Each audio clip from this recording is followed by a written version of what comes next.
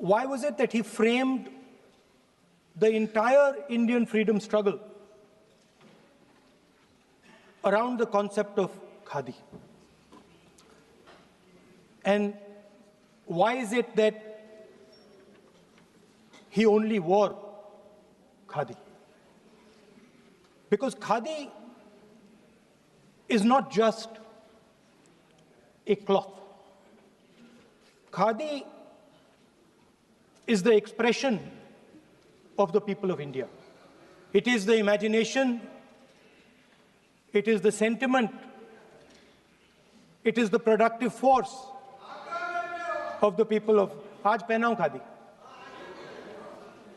It is the expression of the people of India. Speaker sir, whichever state you go to, you will find different fabrics. There's the Himachali cap, Assamese gamcha, Banarsi sari, Kanchipuram sari, Naga jacket, and you will find that all these fabrics represent the people. When the people of Assam give you the gamcha, they're not just giving you a piece of cloth. They're giving you an expression. They're giving you a piece of their history, their tradition, their future, their imagination.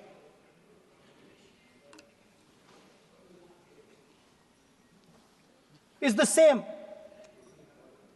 when the Nagas wear that jacket. When they come and see us, they make us wear the jacket because they want us to be embraced by the fabric. But Speaker sir, these fabrics are beautiful. But if you look slightly deeper and you look closely at the fabric, you will find that each one of them has thousands of little threads embracing each other. A Kanchipuram sari might have a golden thread, but the golden thread means nothing without the green thread or the yellow thread near it. The other thing to notice about the sari or any other fabric is that all the threads are equal. No one thread is superior to another thread. They all come together. The threads cannot protect you. The threads cannot keep you warm. But when they come together as a fabric, they can keep you warm, they can protect you, they can express what you have in the heart. Speaker sir, in the same way, our nation is also a fabric. It's a fabric made up of 1.4 billion people, and the fabric is woven together by the vote. Let me repeat it. It is a fabric of 1.5 billion people, and it is woven together by the vote. Everything that we see, in fact, this house where I'm standing today, the Loksabha, Rajya Sabha, Vidhan Sabhas across the country, Panchayats across the country, none of them would exist if the vote did not exist. We talk with great pride about HAL, BHEL, ONGC, Tejas, Chandrayaan. We have a list of things we say. Not one of those would exist without the vote.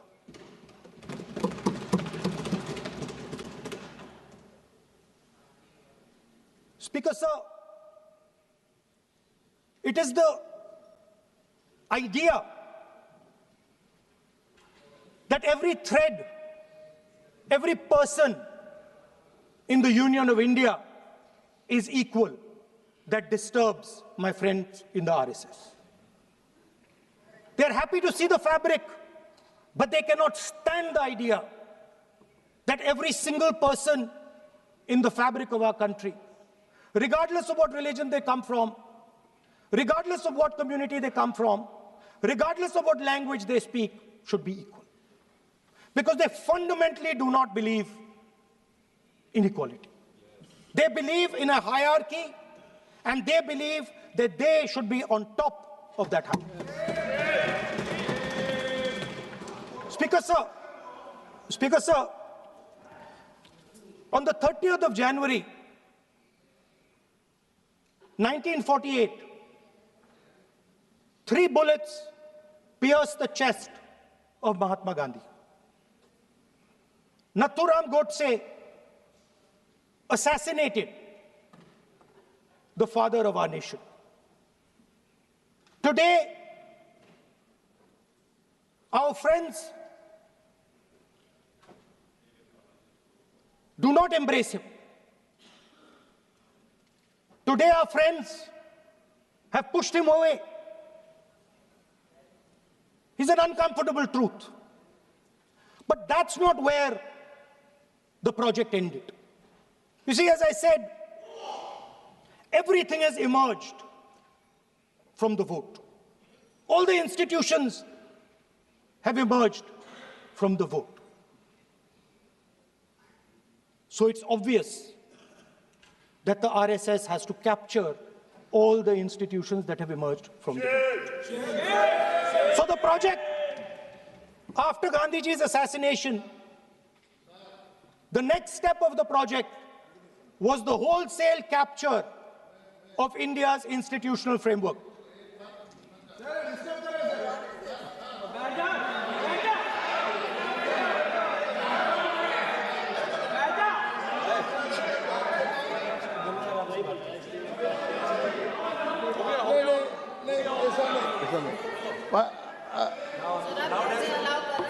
So what is this, sir? Sir, अभी नहीं पहना हुआ आज I'm doing. मैं बुलाता हूँ please बैठिए So, please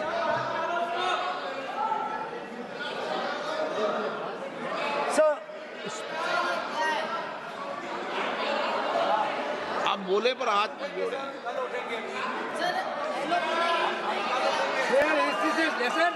sir, these are uncomfortable truths, but they have to be spoken.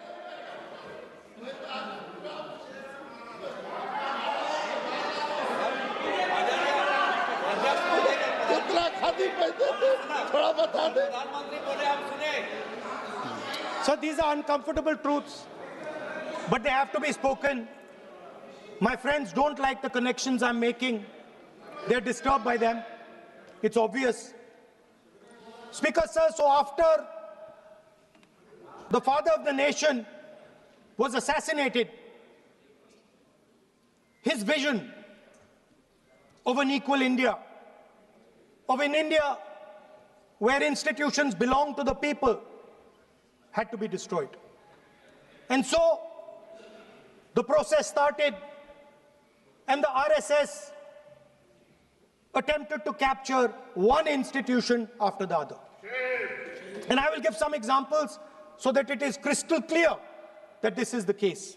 Everybody knows how vice chancellors are placed on top of Indian universities today. Every single person knows this. You go to any university, you speak to any youngster in India, he will tell you that it does not matter whether the professor has qualifications. It does not matter whether the professor has a scientific temperament. The only thing that matters is the professor belongs. माननीय सदस्य एक minute माननीय सदस्य चुनाव सुधारों पर चर्चा हो रही है। सर ये मैं उसी पे कर रहा हूँ सर।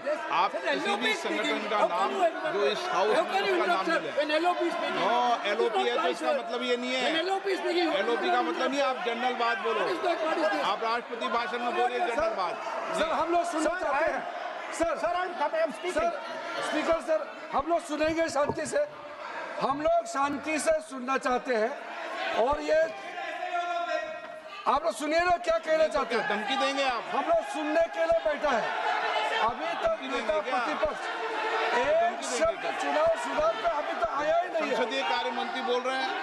मैं स्पीकर का परमिशन से ही बोल रहा हूँ। हम सुनने के लिए बैठे हैं। अरे हम सुनने के लिए बैठे हैं। नेता प्रतिपक्ष चुनाव सुधार के लिए जो सुझाव देंगे सुनने के लिए तो हम बैठे हैं, लेकिन चुनाव सुधार को नहीं बोलते हुए कहा जो इस सदन से कोई वास्ता नहीं, जो संगठन उसका कहानी किसी और का बोलना ये कोई उचित नहीं है। समय बहुमूल्य है, समय का मर्यादा भी है। सबका सब यहाँ सुनने के लिए बैठे हैं और ये समय बहुत कीमती है, इसलिए हर एक पल अच्छा शब्दों का कोई अच्छा ज्ञान दे, सुझाव दे, सुनने के लिए हम लोग बैठे हैं। मेरा एक सीमित अनुरोध है नेता प्रतिपक्ष से, आप विषय पर ही रहिए। हम लोग सब बैठे हैं, गृह मंत्री जी भी सुनने के लिए बैठे हैं, लेकिन आप विषय पर नहीं बोलेंगे तो जो विषय तय किया गया है उसका क्या मतलब है। अगर चुनाव सुधार पर ही नहीं बोलेंगे तो फिर इतना समय सबका क्यों बर्बाद करना चाहते हैं नेता प्रतिपक्ष। Should I leave? Then you speak. Should I leave? You speak then. You speak. What is it? You are parliamentary affairs minister. You are a parliamentary affairs minister. You are disturbing the lobby. How can it be?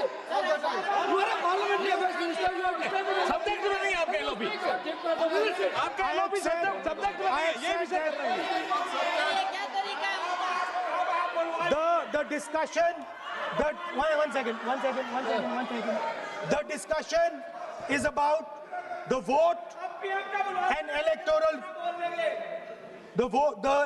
The discussion is about the vote. एक minute sir मुझे बोलने नहीं दीजिए. एक minute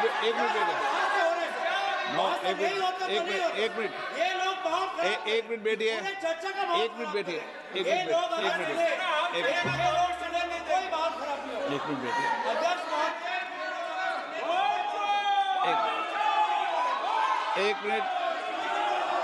एक minute बैठिए.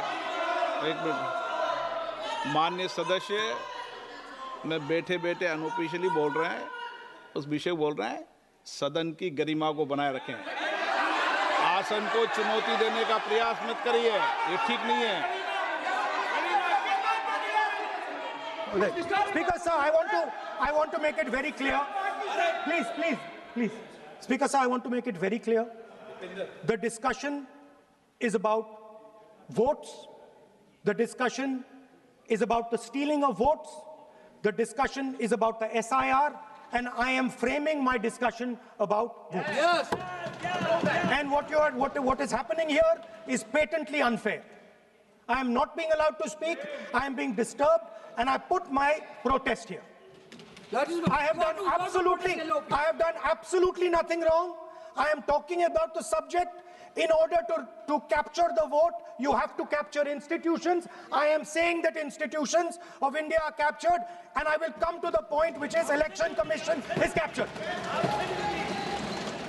So, the project of the RSS was to capture the institutional framework of the country, and I said how the education system has been captured. Vice Chancellor after Vice Chancellor after Vice Chancellor is placed not on merit, not on capability, not on scientific temper, but on the fact that he belongs to a particular organization. Second capture, which helps in destroying democracy, the capture of the intelligence agencies. We have the Home Minister sitting here, the capture of the CBI, of the ED, of the Income Tax Department. And the systematic placement of bureaucrats who favor their ideology and attack the opposition and anybody who chooses to oppose the RSS. That is the second institutional capture. And the third there are many more. I can go on. And the third institutional capture, What is this?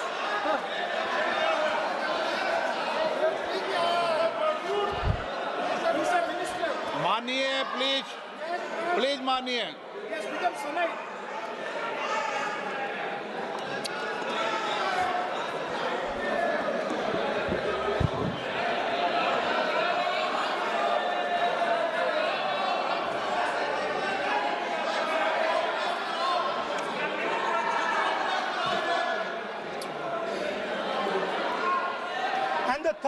and the third capture of the institution that directly controls the election system of our country, the Election Commission.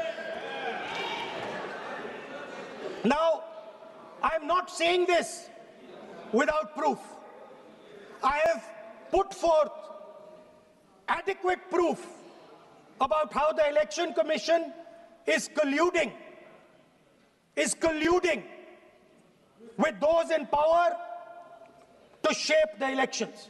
But I want to ask three questions first, which will make it very clear that the BJP is directing and using the Election Commission to damage India's democracy. The first question, why is it that the CJI was removed from the selection panel of the Election Commissioner? What motivation could there be to remove the CJI? Do we not believe in the CJI? Of course we believe in the CJI. Why is he not in that room? I sit in that room. It is so-called a democratic decision. On one side, Prime Minister Narendra Modi and Mr. Amit Shah. On the other side, the leader of the opposition. I have no voice in that room.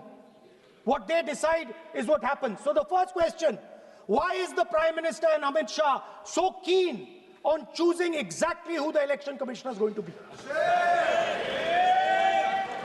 Second question, and even more devastating question. No Prime Minister has done this in the history of India. In December 2023, this government changed the law. They changed the law to make sure that no election commissioner could be punished for any action they take while they are election commissioner. Yes. Immunity. Why would the Prime Minister and Home Minister give this gift of immunity to the election commissioner? Why would they need to give this tremendous gift that no Prime Minister has given ever before to the election commissioner? Yes. Mr. Shah is looking into the ceiling. Maybe he will answer this question when he speaks. And finally, why was the law with regards to CCTVs and the data that they contain changed?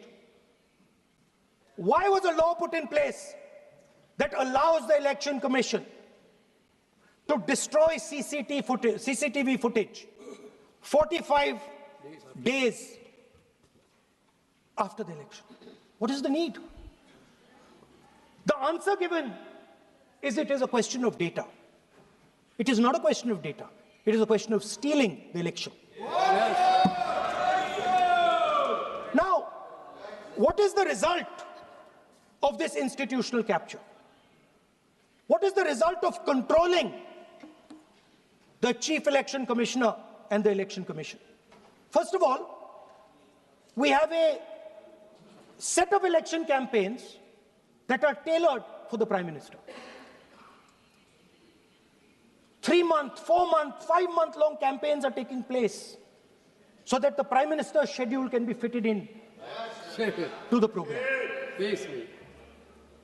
Second, we have a Brazilian woman who appears 22 times on the voter list of Haryana. Please. No. 22 times this lady appears. एक minute. एक minute please, एक minute. आप नेता प्रतिपक्ष है, मैं इस तरीके से सदन की कार्रवाई नहीं चलने दूंगा। ये सदन है, सदन की गरिमा को बनाए रखें। आप सदन की गरिमा से बोलेंगे तो ठीक, नहीं जैसे सदन नहीं चलेगा। नो, गलत तरीका है आपका, नहीं होगा। आप ले रहिए, आप ले रहिए। नहीं, माननीय प्रतिपक्ष के नेता, आप पहले अपने सदस्यों को समझाइए। नहीं चलेगा, नहीं, ठीक नहीं है। नो,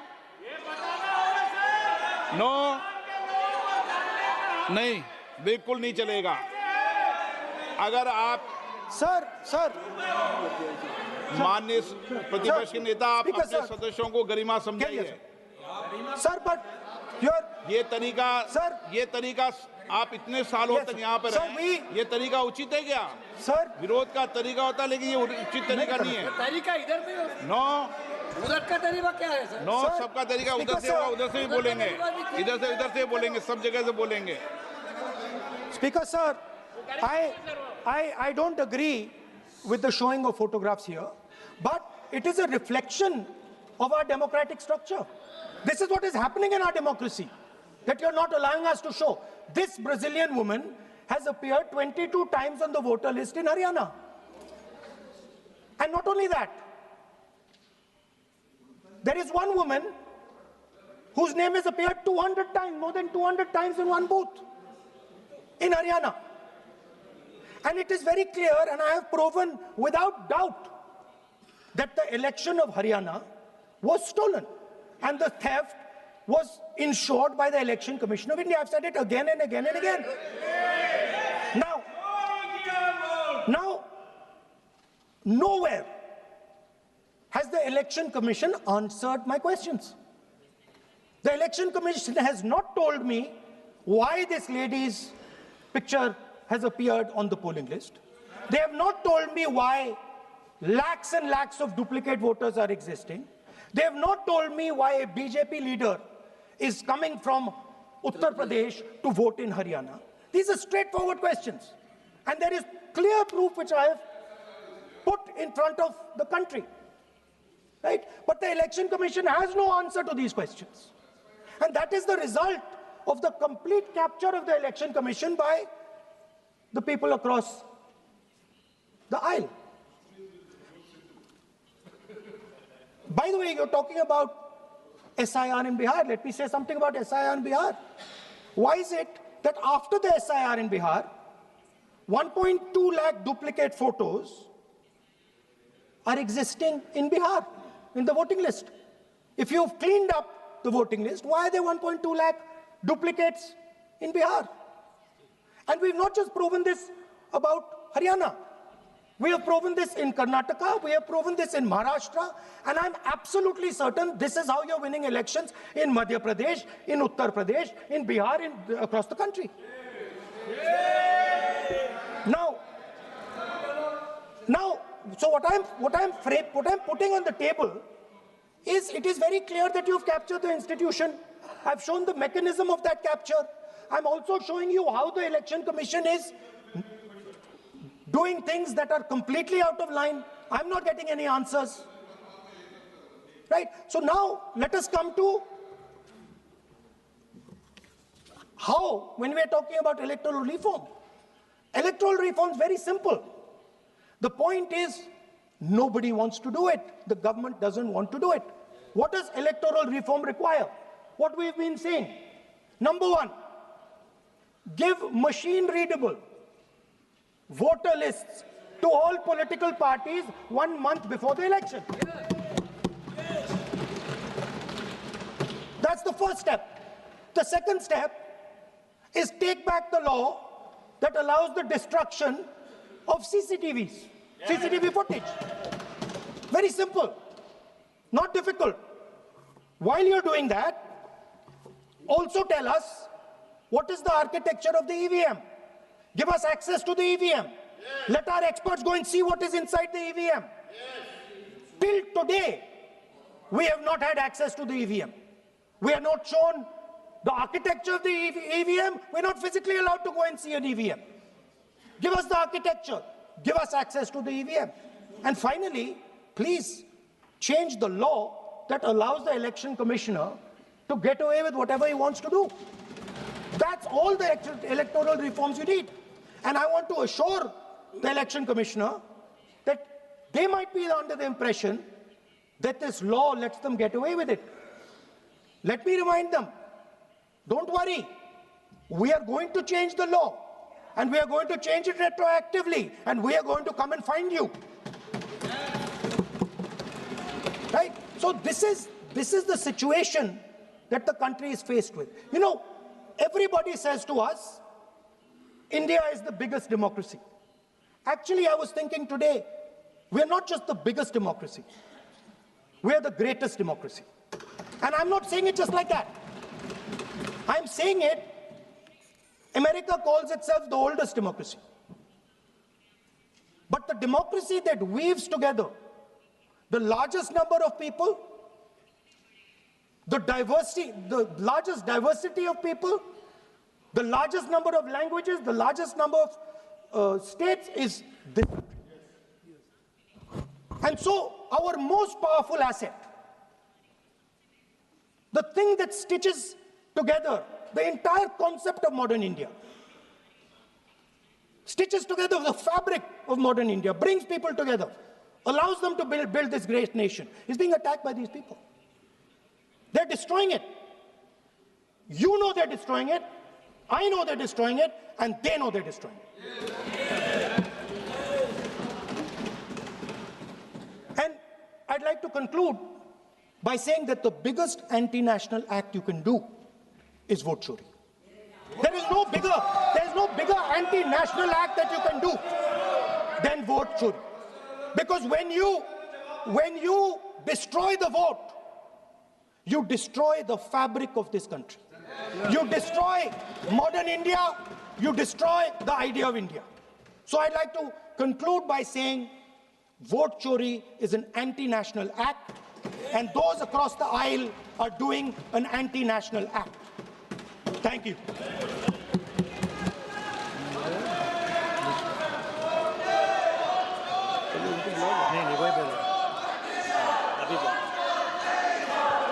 निशिकांत दुबे।